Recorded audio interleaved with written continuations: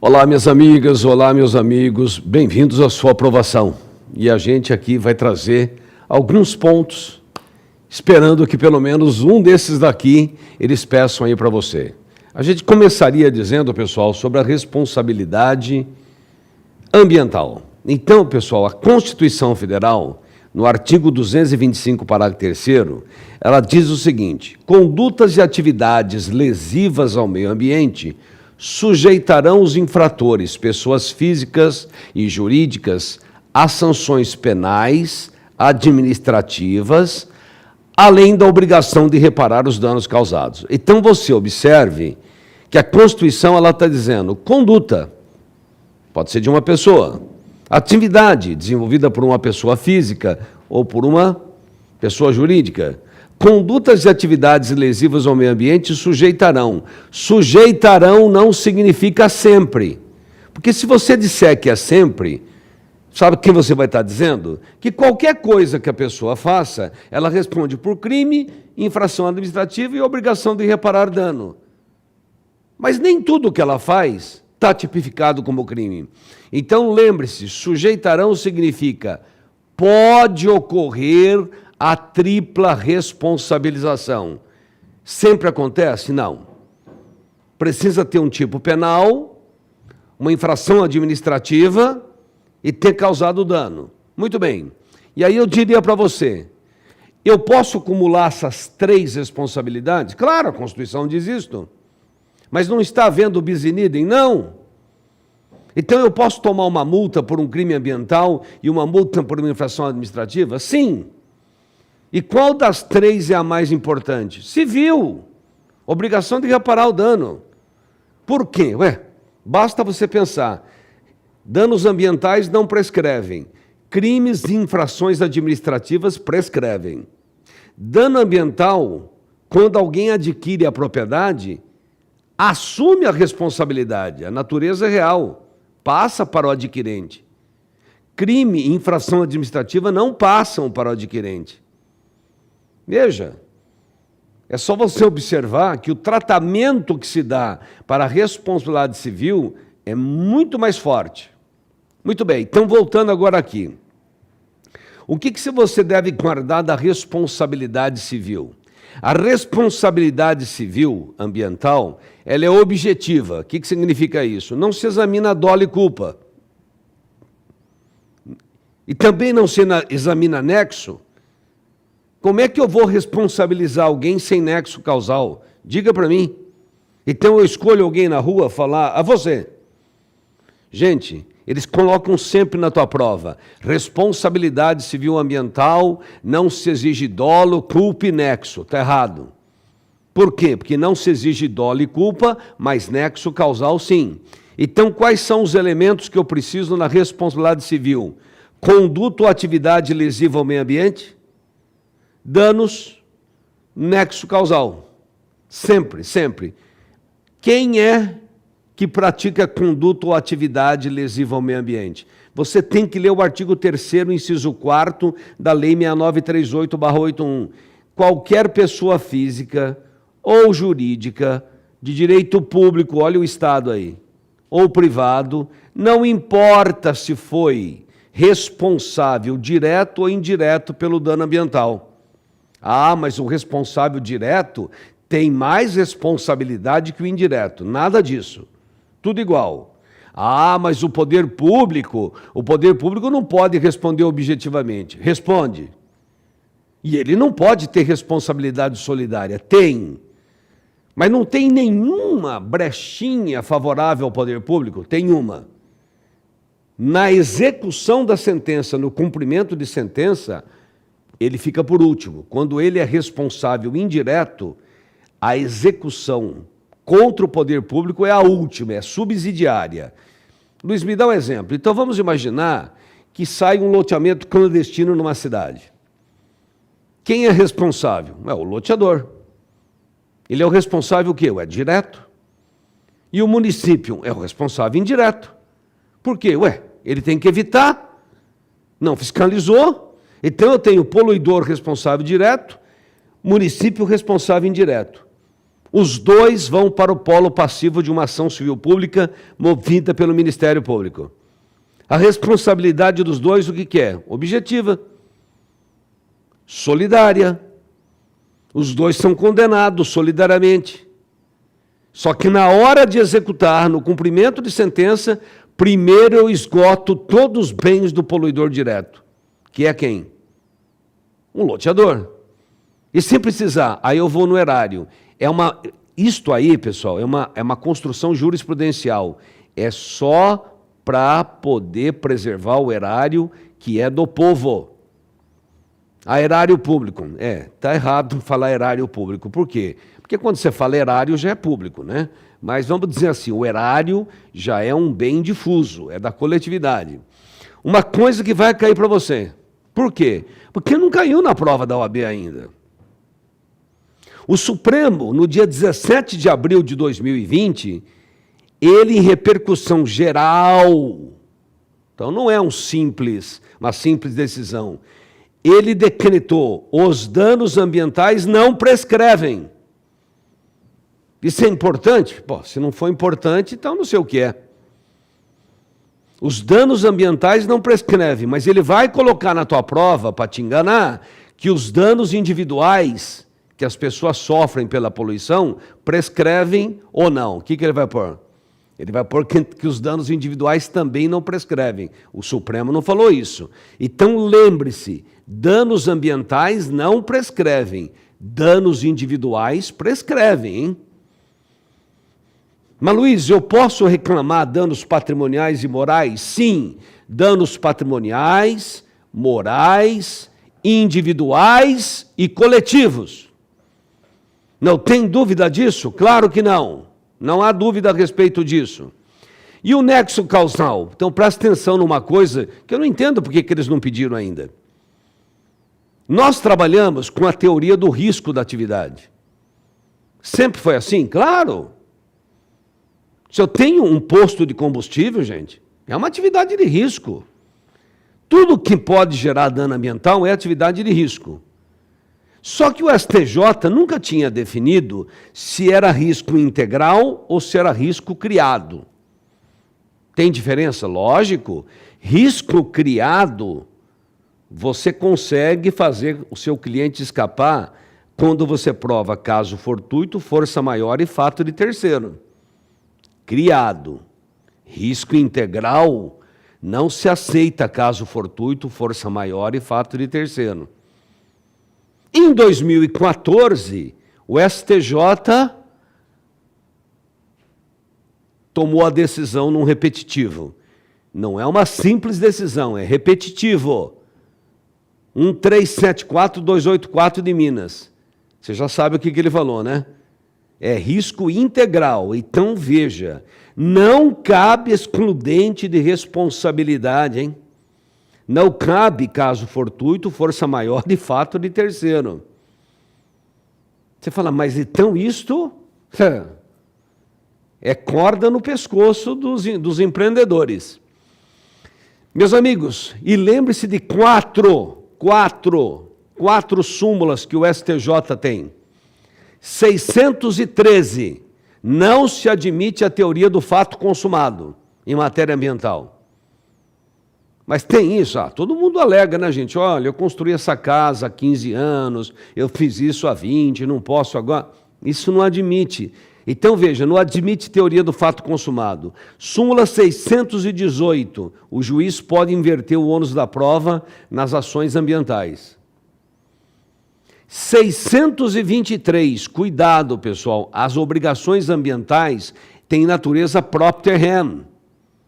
O que é isso, Luiz? Propter rem é caráter real. O que significa? Significa o seguinte, se eu tenho uma propriedade e eu causo uma degradação, se eu vender para você, passa para você.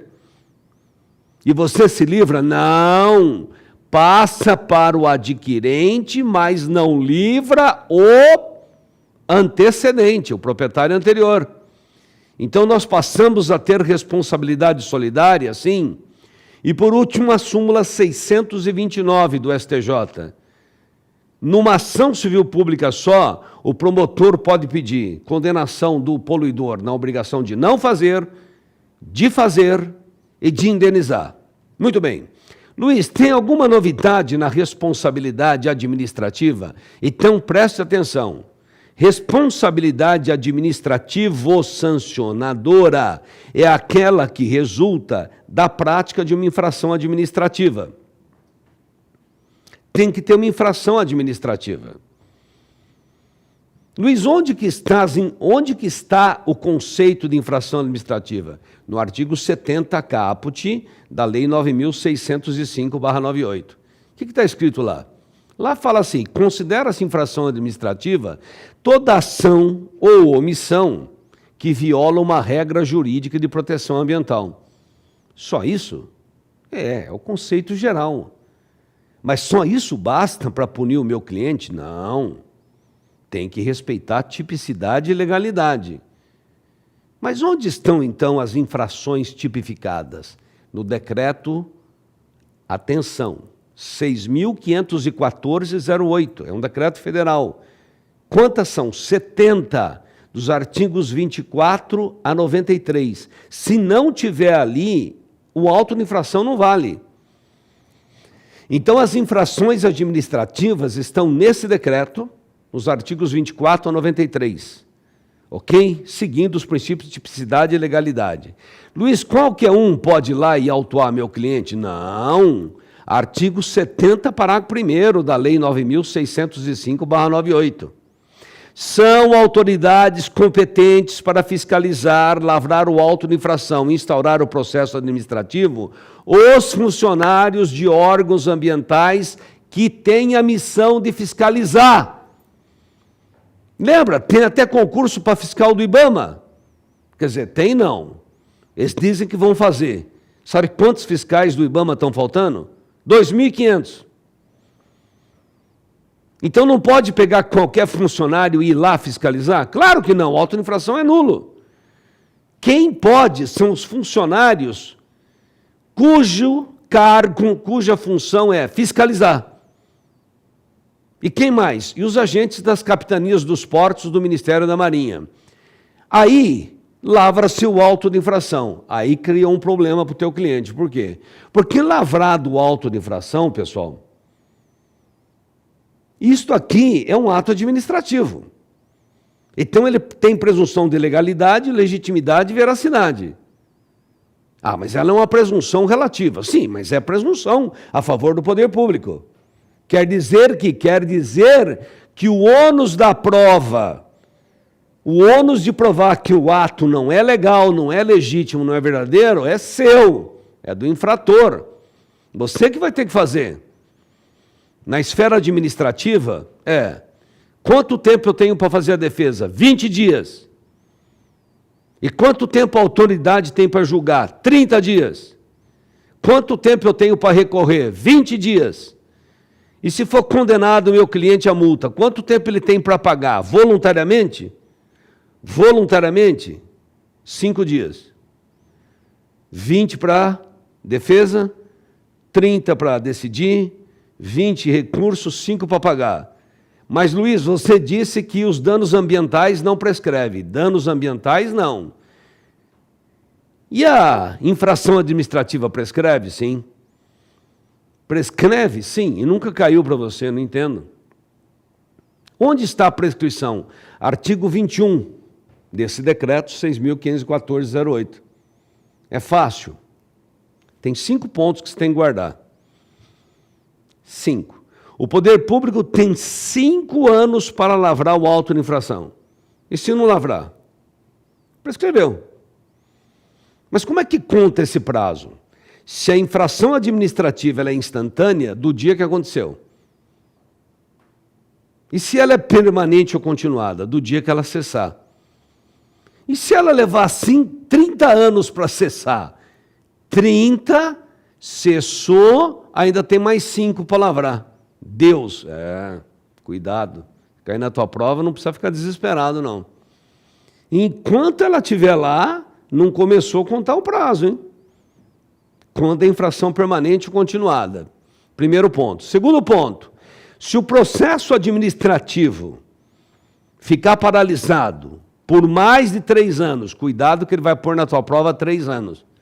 E não são 3 anos? Não, a lei fala por mais de 3. Sem despacho, sem decisão, a prescrição é intercorrente. Terceiro ponto, presta atenção que isso aqui é importante. Tem algumas infrações que estão lá. É infração administrativa, lá.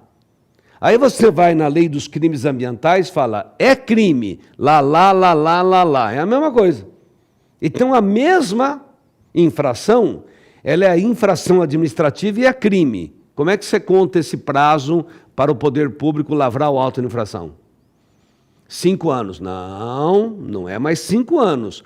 Quando tem crime, você vai no Código Penal, artigo 109, pega o prazo de prescrição do crime e é o prazo de prescrição do crime que você vai pôr no lugar de 5 anos. Mas, Luiz, tem crime que prescreve com 16 anos, isso. Portanto, o poder público tem 16 anos para lavrar o auto de infração. Jesus, é o que mais cai nos concursos do Brasil. Agora, tem um quarto que agora é fácil. O quarto ponto é, crime prescreve, infração administrativa prescreve, mas isso não afeta a responsabilidade civil. Por quê? Ela não prescreve. Agora, cuidado, ele vai colocar assim para você. O infrator tem 5 anos para pagar a multa ambiental resultante da condenação no processo administrativo. Está errado? Tá. Pagar voluntariamente 5 dias. O poder público, se tiver que executar, 5 anos, sob pena de prescrição. É a súmula 467 do STJ, que tem caído bastante. Luiz, tem mais alguma novidade na responsabilidade administrativa? Tem. Ele já perguntou? Não. Essa eu acho super importante para você. O que é? Até 2 anos atrás, o STJ entendia que a responsabilidade administrativa era igual à civil. Objetiva, sim. E o que aconteceu? De 2019 para cá, ele passou a entender que a responsabilidade administrativa é subjetiva. Puxa, isso melhorou para o meu cliente, claro, porque agora você tem mais uma possibilidade. Eu não sei se você tem essa ideia, né, pessoal? Quando eu falo que a responsabilidade é objetiva, só tem uma escapatória. Qual é? Objetiva. Só tem um jeito de escapar? Qual é? Quando não tem nexo causal. Isto. Nexo causal. Não foi meu cliente que causou. E quando ela é subjetiva, quantas escapatórias? Subjetivas são 2? Sim. Quais são? Nexo causal, não tem nexo causal, sim. E a outra? Não agiu com dolo e culpa. Então, você viu que melhora, né? Quando é subjetiva, melhora. Então, pessoal, vamos pensar nisso aqui, porque ele pode perguntar tudo isso que eu falei aí para você.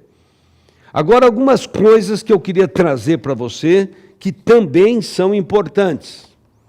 Olha aqui, meus amigos. Você sabe que o artigo 30, inciso 8º, ele é muito importante na Constituição. Então, o que está escrito na Constituição?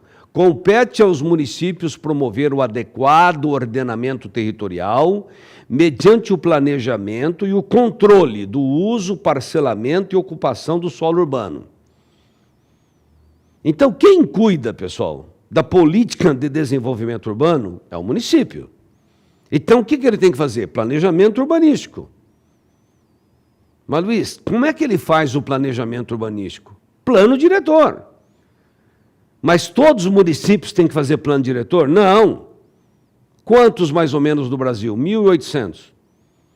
Mas tem 5.800 municípios. Os outros 4.000 municípios que não fazem, não precisam fazer plano diretor, eles terão que editar uma lei municipal fazendo o planejamento urbanístico. Mas a gente adora fazer lei. Somos craques. Sabe qual é o problema do município? Ele não tem que controlar o uso, parcelamento e ocupação do solo urbano? Não está escrito isso? O que é controlar? É fiscalizar. E ele fiscaliza? Fiscaliza nada. Eu tenho um bairro que é residencial, põe indústria, ele não faz nada. Quando eu tenho parcelamento do solo, tem que ter aprovação pela prefeitura e registro no cartório de registro de imóveis. O município não faz nada. Ele não vai lá fiscalizar. E quando pessoas ocupam uma área de risco, ele tem que ir lá, não é arrancar a pessoa de lá, ele tem que retirar a pessoa e colocar num local e depois colocar a pessoa num programa habitacional. E ele faz isso? Não, ele deixa as pessoas na área de risco, vem uma chuva, infelizmente desce a encosta e soterra e as pessoas morrem. E ele é responsabilizado? Claro, porque isso não é uma atividade discricionária, isso é uma atividade vinculada. Por isso que o município está sempre no polo passivo. Só que quando ele vai para o polo passivo, então é assim, quando alguém coloca uma indústria num bairro residencial, o causador direto é quem pôs a indústria. O município é o indireto. Então, se tiver condenação dos dois, o município fica por último, na execução. Quando tem um parcelamento do solo irregular, um loteamento, quem é que responde? O loteador, causador direto. Município, causador indireto. Os dois respondem solidariamente? Já falei que sim. De maneira objetiva? Sim.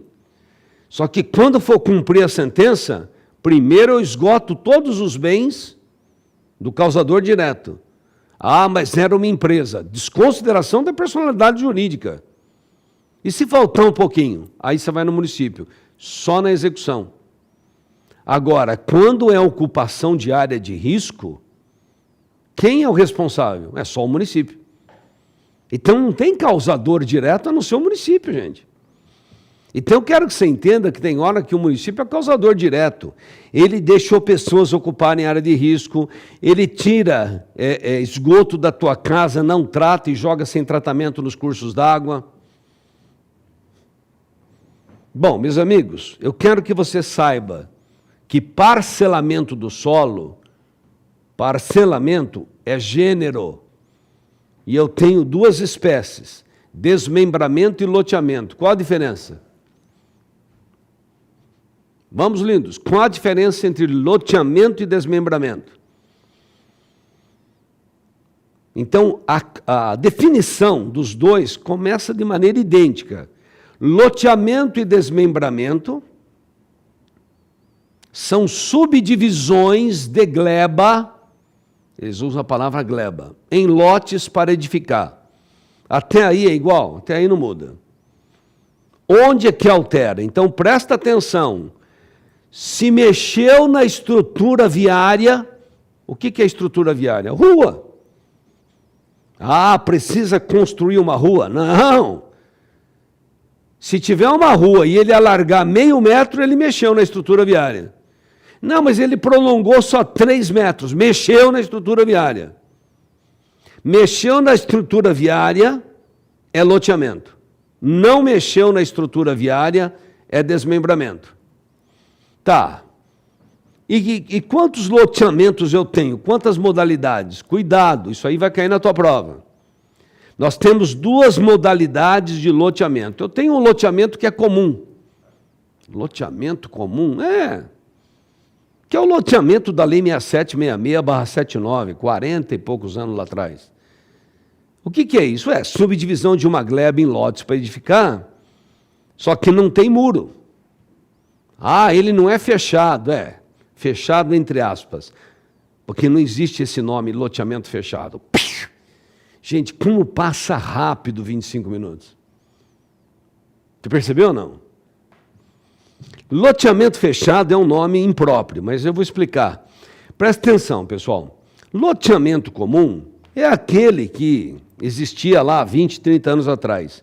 Dividia uma gleba em lotes para edificar e você vinha da rua e entrava para dentro do loteamento. Porque tinha pouca violência, ninguém, entendeu? Em 2017, por conta dos loteamentos fechados, então não existe loteamento fechado? Fechado não existe. Então eles criaram o quê? Eles criaram o loteamento de acesso controlado. O que é loteamento de acesso controlado? O poder público municipal ele vai regrar como é que você faz o controle de acesso. Geralmente é por decreto? Sim. E ele pode permitir murar o loteamento? Pode. Colocar guarita? Sim. Só que, sabe o que está escrito na Lei 6766? Não pode impedir o ingresso de pessoas, mesmo não residentes, mesmo que não conheçam ninguém no loteamento, se estiverem devidamente identificadas ou cadastradas. Quero ver o rolo que vai ser. 3 observações que eu nunca vi ele perguntar. Quando você faz um projeto de loteamento, tem que passar por aprovação da prefeitura. É obrigado? Lógico. E as obras de infraestrutura têm que ter no máximo 4 anos. Ele tem que fazer um projeto e não pode passar de 4 anos para ele implementar. E se ele não cumprir, caduca a aprovação. Muito bem. Quando a prefeitura aprovar o loteamento, aprovou. As áreas de uso coletivo, o que são áreas de uso coletivo? Rua, praça, área verde, espaço urbano e comunitário, elas não podem mais alterar a destinação. Área verde é área verde. Rua é rua, não pode mudar. Ok? Aprovou, áreas de uso coletivo não podem mais ter a sua destinação alterada. Aprovou, quanto tempo o loteador tem para submeter, apresentar ao cartório do registro de imóveis para registro? Não lembro, 180 dias. Aprovou, tem 180 dias para levar no cartório. E se ele não apresentar, caducou a aprovação. E se ele apresentou e saiu o registro? Registrou as áreas de uso coletivo passam a pertencer ao município. As ruas, áreas verdes são áreas públicas, sim, por isso que você pode entrar. Aí você entendeu por que não pode fechar um loteamento totalmente. Por quê? Porque a hora que eu chego lá na guarita, eu falo, aquela praça verde lá é minha. É a área pública. Então você pode murar agora? Pode, de 2017 para cá. Só que você não pode impedir minha entrada, está aqui meu RG. Pode anotar meus dados, pode tirar foto e eu entro. Então são coisas que eles vão perguntar para você, né? Então são coisas aí que eles alteraram e que eu tenho impressão que eles podem pedir. Só um detalhe que eu estou aqui para fechar de licenciamento, porque eu acho que são tão importantes esses 2 elementos, eu vou mais 2, 3 minutos e eu acabo. Meus amigos, tem 3 assuntos que eu acho importante que ele pode perguntar para você. Eu tenho um loteamento que é loteamento simplificado. Perdão, é licenciamento simplificado. Porque eles reclamam que o licenciamento é muito difícil. É mentira. Existe um licenciamento simplificado. Como que ele é simplificado? Você não sai de casa, aqui em São Paulo, faz tudo pela internet. O que precisa? Precisa ser um empreendimento de pequeno impacto,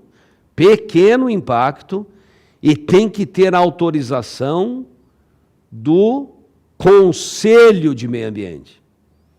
Muito bem. E se for um empreendimento de médio e alto impacto, não pode ser o licenciamento simplificado. Aí qual que é? É o trifásico, que você faz uma série de coisas para receber a licença prévia. mais uma série de exigências, licença de instalação, mais uma série de exigências, licença de operação. Aí as duas coisas finais. A licença de operação, ela vale por quanto tempo? De 4 a 10 anos. Então ela vai vencer? Vai vencer. E o que eu tenho que fazer? Você tem que renovar a licença para o teu cliente.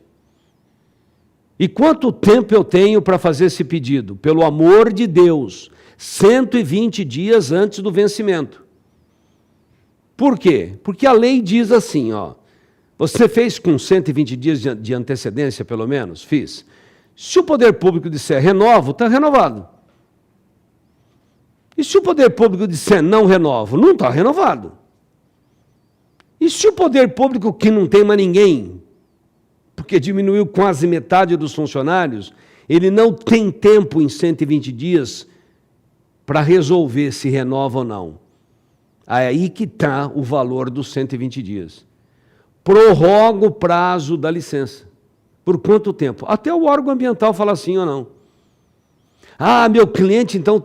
Não vai falar que o teu cliente teve a licença renovada. Não está escrito isso. A lei fala que o prazo da licença é prorrogado, mas quando o poder público lá na frente for falar, ele pode falar sim ou não.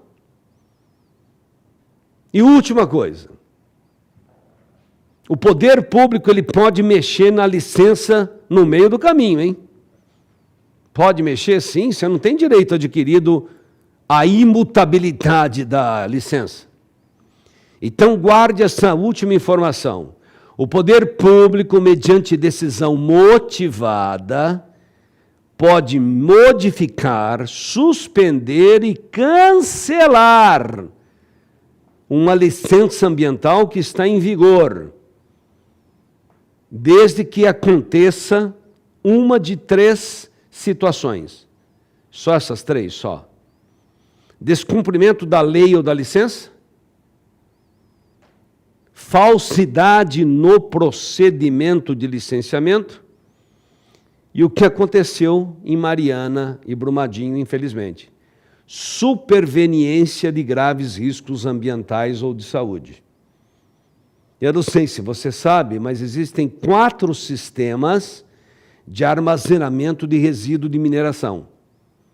O Brasil, como gosta muito dos empreendedores, permitia o menos custoso, mas o mais perigoso. Só para você ter uma ideia, o Chile proibiu esse armazenamento a montante em 75, 45 anos atrás, e a gente ainda admitia. Aí teve essas loucuras que você viu, Brumadinho e Mariana. Então saiu uma resolução em agosto de 2019 da Agência Nacional de Mineração, dizendo, a partir de hoje, está proibido no Brasil o armazenamento a montante. Tem que ser, então, outras formas. Ah, mas eu tenho licença por 10 anos. Nesse ponto você tinha. Eu tenho poder, como o poder público, ele tem a possibilidade de modificar a licença diante de superveniência de graves riscos ambientais ou de saúde.